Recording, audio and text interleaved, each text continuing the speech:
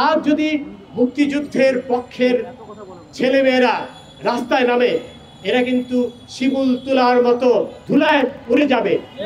আসলে অশিক্ষিত এরা যদি কোনো ক্রমে বিসিএস পরীক্ষায় উত্তীর্ণ হয়ে দেশে প্রশাসনে বা পুলিশে ঢুকতে পারে, তাহলে তো এরা আইনের শাসনে বিশ্বাস করবে না। যারা গোয়েন্দা বাহিনী রয়েছেন তাদেরকে আমি বলবো, দয়া করে এদের সবাইকে চিহ্নিত করুন, স্বাধীনতার বিরুদ্ধে কথা বলবে। বঙ্গবন্ধু এদের শেষ করে দিয়েছিলেন ৭১ সালে। এরা অনেকেই পাকিস্তানে পালিয়ে গিয়েছিল, অনেকে চৌধুরী মঈনুদ্দিনের মতো অন্যান্য দেশে পালিয়ে গিয়েছিল। কিন্তু ১৯৭৫ সালে সেই রাজাকারদের শিরোমণি খুনি জিয়াউর রহমান ১৫ই আগস্ট বঙ্গবন্ধুকে হত্যা করে এই সব রাজাকারের বংশধরদের এবং রাজাকারদের আবার দেশে ফিরিয়ে এনে বাংলাদেশের রাজনীতিতে তাদের স্থায়িত্ব দিয়েছিল।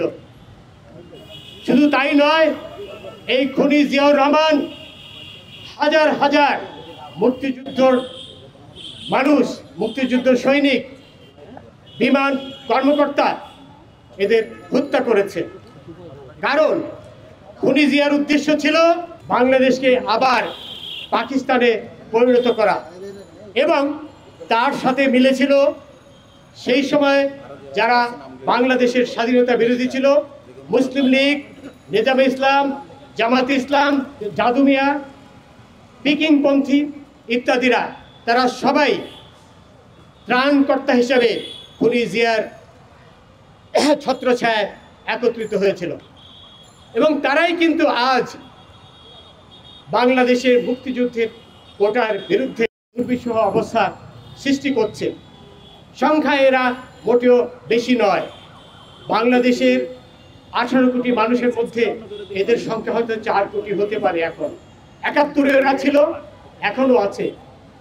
সুতরাং আর যদি মুক্তিযুদ্ধের পক্ষের ছেলেমেয়েরা রাস্তায় নামে, এরা কিন্তু শিমুল তোলার মতো ধুলায় উড়ে যাবে। কিন্তু এরা তো শান্তিতে বিশ্বাস করে, এরা আইনের শাসনে বিশ্বাস করে, আইনে বিশ্বাস করে, তাই এরা রাস্তায় নামছে না। তাদের কি আপনারা মেধাবী বলবেন? যারা সুপ্রিম কোর্ট এবং সরকারের মধ্যে কি পার্থক্য রয়েছে সেটুকু জানার মতো যাদের বুদ্ধি নেই, তারা কোনো অবস্থায় তাদেরকে মেধাবী বলা যায় না। এরা আসলে অশিক্ষিত এরা। এবং টেলিভিশনের ছবি দেখলে আমরা দেখতে পাই এরা কারা। এরা সেই মানুষদের বংশধর যারা ৭১ মুক্তিযুদ্ধের বিরুদ্ধে ছিল, যারা সেদিনও বাংলাদেশকে মেনে নিতে পারেনি, আজও পারছে না। আমরা দেখতে পাচ্ছি চিটাগাংয়ের সেই সব লোক যাদের গোষ্ঠী, যাদের পরিবারের ইতিহাস নিয়ে দেখতে পাবেন এরা সবাই রাজাকারের পরিবার থেকে এসছে। বন্ধুগণ, এরা বলছে যে তারা সুপ্রিম কোর্টের আদেশ মানে না। এরা যদি কোনো ক্রমে বিসিএস পরীক্ষায় উত্তীর্ণ হয়ে দেশে প্রশাসনে বা পুলিশে ঢুকতে পারে, তাহলে তো এরা আইনের শাসনে বিশ্বাস করবে না, সুপ্রিম কোর্টের আদেশে বিশ্বাস করবে না। সুপ্রিম কোর্টের আদেশ আসলে সেটিকে ছিঁড়ে তারা ডাস্টবিনে ফেলে দেবে।